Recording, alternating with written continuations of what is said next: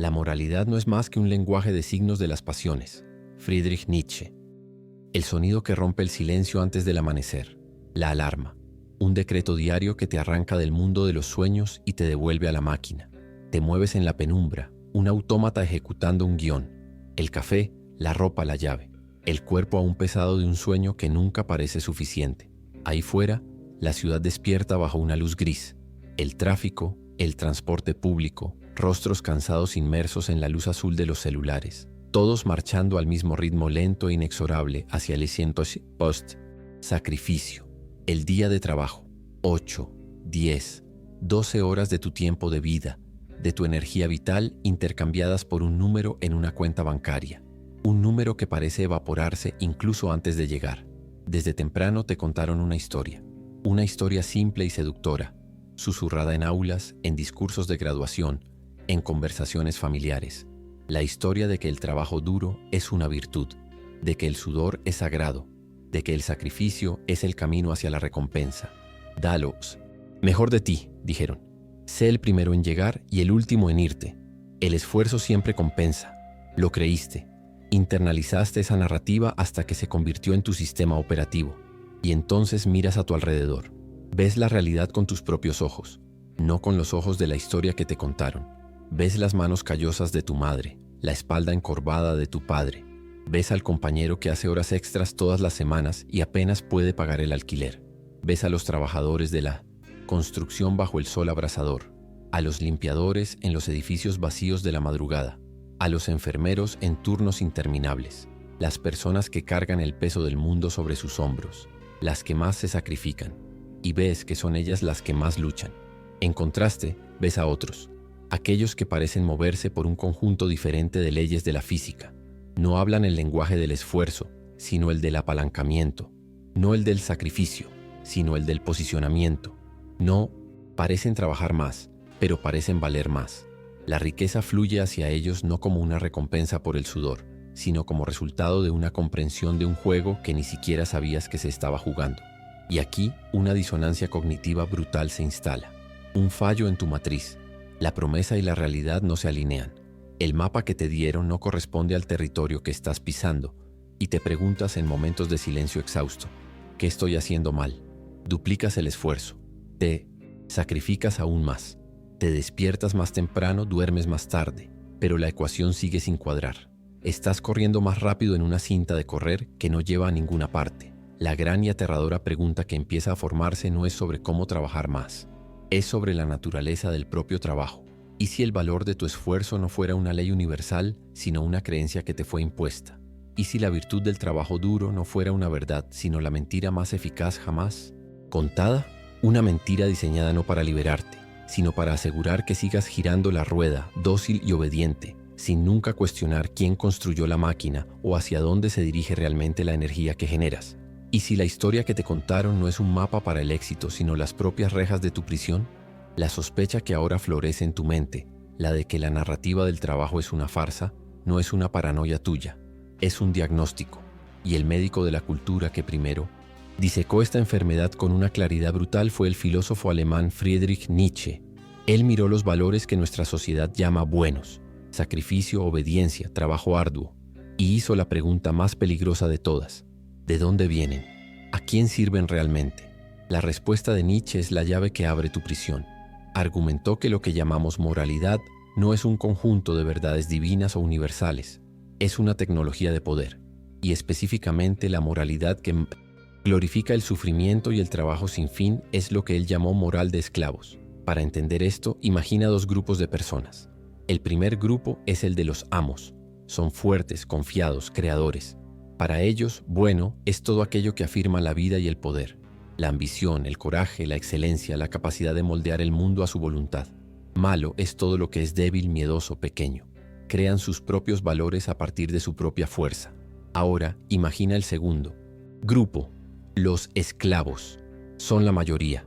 Son los oprimidos, los débiles, los que trabajan bajo el yugo de los amos. No tienen el poder de crear sus propios valores abiertamente. Entonces, hacen algo mucho más ingenioso y subversivo. Realizan lo que Nietzsche llamó transvaloración de todos los valores. Miran su propia condición de debilidad e impotencia y por necesidad psicológica de supervivencia la rebautizan como una virtud. La incapacidad de vengarse se convierte en perdón. La necesidad de obedecer se convierte en humildad. La debilidad se convierte en bondad. Y lo más importante para ti, la necesidad de trabajar incesantemente bajo las órdenes de otros, la vida de esfuerzo y sacrificio, es elevada al estatus de mérito moral supremo. El trabajo duro ya no es solo una necesidad para sobrevivir, se convierte en la prueba de tu superioridad moral. Los amos pueden tener el poder terrenal, susurra esa moralidad, pero nosotros tenemos la pureza. Nosotros somos los verdaderos, justos. Nuestro sufrimiento aquí nos garantizará una recompensa futura. Esta moralidad nace del resentimiento. Es una venganza sutil y brillante. Si no puedes vencer al amo en su propio juego de poder, creas un nuevo juego, un juego moral, donde las reglas garantizan que tú seas el ganador. Ahora, observa cómo esta dinámica antigua se desarrolla perfectamente en el escenario del trabajo moderno. La moral de esclavos es el sistema operativo perfecto para la economía industrial y postindustrial. Los verdaderos arquitectos del sistema, los amos modernos que controlan el capital, la tecnología y las narrativas, percibieron que la fuerza bruta y el control abierto son caros e ineficientes. Es mucho más efectivo hacer que la propia fuerza de trabajo se autocontrole. ¿Y cómo lo hacen? Promueven y glorifican la moral de esclavos del trabajo. Crean una cultura que venera el burnout como una insignia de honor. Exaltan al empleado del mes, que sacrificó su vida personal. Cuentan historias de multimillonarios que supuestamente empezaron de la nada con puro esfuerzo, omitiendo convenientemente los factores de suerte, privilegio y sobre todo la comprensión del poder. Transforman el lugar de trabajo en una iglesia y el Dios que se adora es la productividad. El pecado es el descanso y el sacrificio de sí mismo en el altar de la empresa es el acto más sagrado. Al aceptar esa moralidad te conviertes en tu propio capataz.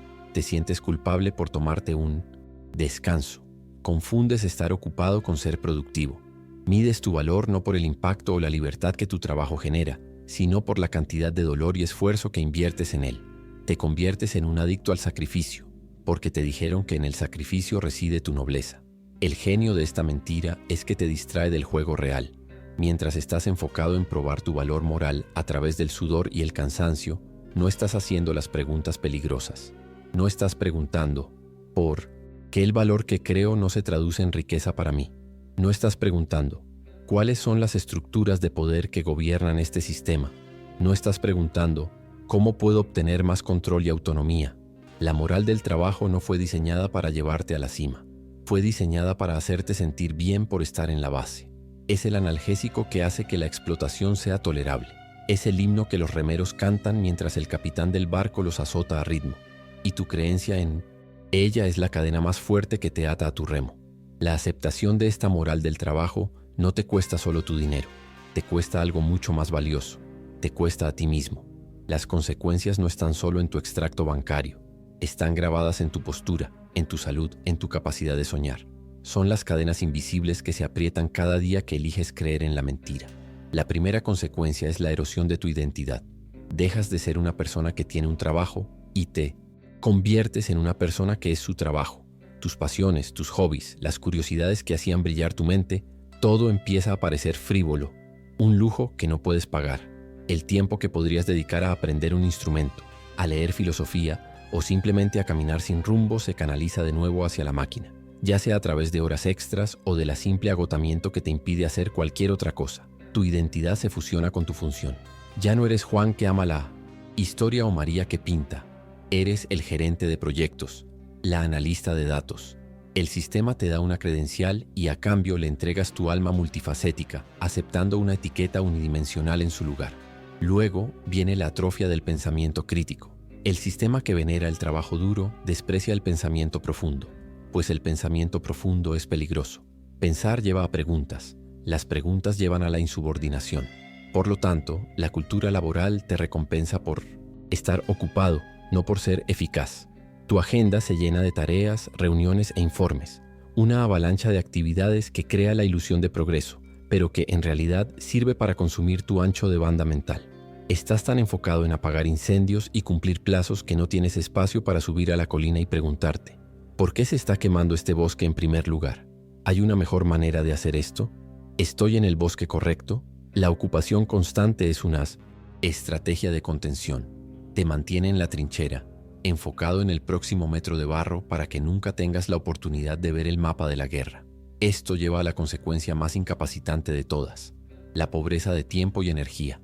El sistema no te rompe con un solo golpe, te agota por fricción.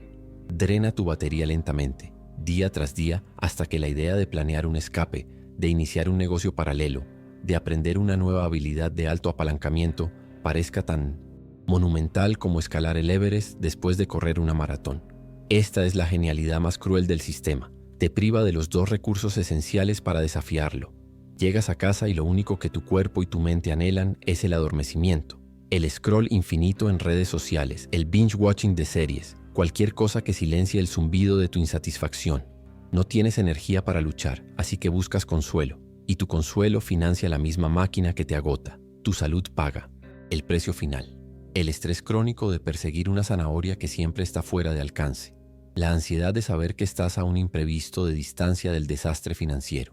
La carga de sentir que nunca eres lo suficientemente bueno, que siempre necesitas hacer más. Esto no es solo parte de la vida, es el resultado fisiológico de vivir dentro de una ideología tóxica. El burnout no es un fallo personal de gestión del tiempo, es una respuesta humana natural a demandas inhumanas. Estás enfermo a causa de la cultura, no a causa de tu carácter. Y con cada año que pasa, la falacia del costo irrecuperable se atrinchera más profundamente. Miras hacia atrás, a los 10, 20 años de sacrificio, y la idea de cambiar de rumbo parece una traición a todo el esfuerzo que ya has hecho. Ya he invertido tanto en esto, te dices a ti mismo. No puedo tirarlo todo por la borda ahora. Y así, sigues invirtiendo en un activo fallido, doblando la apuesta en un juego que fue diseñado para que perdieras. Las cadenas invisibles ahora no solo son impuestas por la cultura, sino forjadas por tu propia historia de vida, haciendo que la perspectiva de libertad no solo sea aterradora, sino aparentemente ilógica. Te has convertido en el defensor más apasionado de tu propia jaula. La rebelión no comienza con una huelga o una carta de renuncia. Comienza con un acto de herejía silenciosa. Comienza en el momento en que miras tu agotamiento, tu sacrificio, y te niegas a llamarlo noble. Comienza cuando dejas de venerar tus propias cadenas. Este es el despertar, la percepción de que no necesitas más disciplina en la antigua moralidad. Necesitas una nueva moralidad por completo. La solución de Nietzsche para la tiranía de la moral de esclavos no es la pereza o el cinismo. Es la creación de una moral de amo dentro de uno mismo. No se trata de convertirse en un opresor, sino de dejar de consentir con tu propia opresión. Se trata de una insurrección de tu voluntad, una declaración de Sintonis Tisinpas, independencia de tu alma, y se desarrolla en 3 actos fundamentales. El primer acto es la desacralización del sacrificio. Fuiste condicionado a ver el sacrificio como un fin en sí mismo, una prueba de tu valor. Ahora debes aprender a verlo como lo que realmente es, un costo, una transacción. Y como en cualquier transacción debes empezar a preguntar, ¿cuál es el retorno de esta inversión? ¿Este sacrificio de mi salud, de mi tiempo, de mi paz mental, me está dando más poder, más autonomía, más libertad en mis términos? ¿O solo está pagando el alquiler para mantenerme en mi propia jaula un mes más? Dejas de ser el mártir y te conviertes en el estratega. Dejas de enorgullecerte de lo cansado que estás y empiezas a enorgullecerte de lo eficaz que eres para alcanzar tus propios objetivos con el mínimo desperdicio vital. El sacrificio ciego es el dogma de la moral de esclavos. El sacrificio calculado es la herramienta de la moral de amo. El segundo acto es la alfabetización en el policy poder. Debes deliberadamente dejar de ser un estudiante del esfuerzo y convertirte en un estudiante del poder. El sistema te quiere enfocado en tu tarea, en tu pequeño engranaje. Tu rebelión es levantar la cabeza y empezar a estudiar el diseño de la máquina. ¿Cómo fluye realmente el dinero? ¿Qué es el apalancamiento? ¿Cómo se construyen las narrativas para influir en el comportamiento? ¿Quién define las reglas del juego y por qué? Empiezas a leer los libros que no se recomiendan en la formación corporativa. Estudias finanzas, psicología, estrategia, negociación. Observas a las personas que detentan el poder, no con resentimiento, sino con la curiosidad fría de un antropólogo que estudia una tribu dominante. No lo haces para convertirte en un manipulador cínico, sino para negarte a seguir siendo manipulado. La ingenuidad en el juego del poder no es pureza, es una desventaja autoimpuesta. El tercer y más crucial acto es la creación de tus propios valores. Esta es la esencia de la moral de amo. Despides a la sociedad, a la cultura y a tu jefe del cargo de jueces de tu valor. Te conviertes en la única fuente de tu propia ley. Tomas una hoja de papel en blanco y empiezas a definir lo que éxito significa para ti. ¿Es tener las tardes de martes libres? ¿Es tener la autonomía para trabajar desde cualquier lugar del mundo? ¿Es construir algo que lleve tu nombre? ¿Es tiempo para tus hijos? ¿Es la libertad de decir no a proyectos que no alimentan tu alma? Dejas de perseguir lo que el sistema define como valioso, el puesto, el salario de 6 cifras, el coche de lujo, y empiezas a arquitectar tu vida en torno a tu propia definición de riqueza. Esto es lo que Nietzsche quiso decir con convertirse en el Übermensch, el superhombre, no un tirano, sino el poeta de su propia vida. Alguien que dejó de aceptar los valores dados y tuvo el coraje de crear los suyos. Este camino es aterrador. Exige que abandones la seguridad del rebaño. Habrá momentos en que tu antigua programación gritará en pánico. Tus amigos y tu familia, aún operando en la antigua moralidad, quizás no entiendan tus nuevas elecciones. Pueden llamarte egoísta, irresponsable, soñador.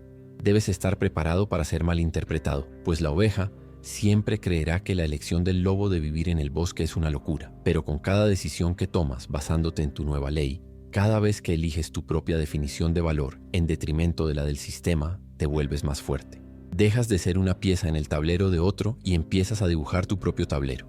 Dejas de ser una reacción a las demandas del mundo y te conviertes en una acción que emana de tu propia voluntad soberana. Ya no estás simplemente trabajando, estás creando. Y esa es la diferencia entre ser un esclavo y ser un amo. Al recorrer el camino de tu rebelión interior, algo fundamental comienza a cambiar. No es solo tu trabajo o tu cuenta bancaria, es la propia textura de la realidad. El mundo, que antes parecía un laberinto de obligaciones y demandas, comienza a parecer un campo abierto de posibilidades. La ansiedad crónica que zumbaba en el fondo de tu existencia es reemplazada por una calma y sólida presencia. Esta es la paz que no viene de la ausencia de problemas, sino de la confianza inquebrantable en tu capacidad de enfrentarlos según tus propias reglas. La verdad final que se cristaliza en este nuevo paisaje es esta: el problema nunca fue el trabajo en sí, el acto de aplicar energía para crear, para construir, para resolver, es una de las expresiones más nobles de la voluntad humana. El problema, la mentira, siempre fue la moralidad que se le injertó. La idea de que tu valor como persona estaba ligado a tu capacidad de sufrir. Al desacralizar el sacrificio no te volviste perezoso, al contrario, liberaste tu trabajo. Tu trabajo deja de ser una carga y se convierte en una herramienta. Deja de ser una sentencia y se convierte en un vehículo. Ya no es tu amo, es tu cincel, con el cual esculpes tu vida. Puedes elegir trabajar con una intensidad que asustaría a tu antiguo yo, pero la energía ahora proviene de un lugar diferente. No proviene del miedo al castigo o del hambre de aprobación, sino de la alegría de la creación, de la emoción de la autoexpresión. Puedes pasar 12 horas inmerso en un proyecto, no porque un jefe lo exigió, sino porque tu alma lo ordenó. Y al final de ese día no te sientes agotado, sino energizado. No te sientes un mártir, sino un artista. La realización más poderosa es la indiferencia soberana que desarrollas en relación con el antiguo sistema de validación. El elogio de un jefe que antes podía hacerte el día, ahora se recibe con una cortesía tranquila. Es agradable, pero no te define. El ascenso, que era la cima de la montaña, ahora se ve solo como un cambio de terreno, a ser aceptado o rechazado basándose en un único criterio. ¿Sirve a tu definición de una vida bien vivida? La crítica o el juicio de quienes aún están atrapados en la antigua moralidad, que antes te herían, ahora suenan como el ruido de un idioma extranjero que ya no te importa traducir. Te liberas de la necesidad de ser comprendido por el rebaño. Entiendes que tu nueva moralidad, al ser de tu propia autoría, será ilegible para aquellos que todavía necesitan un manual de instrucciones externo para vivir. Y en esa falta de necesidad de aprobación reside la libertad suprema. Miras la máquina y la ves claramente por primera vez. Ves los engranajes, las palancas, las narrativas que la mantienen funcionando. Ves a las personas corriendo en sus cintas, orgullosas de su sudor, y ya no sientes resentimiento o ira.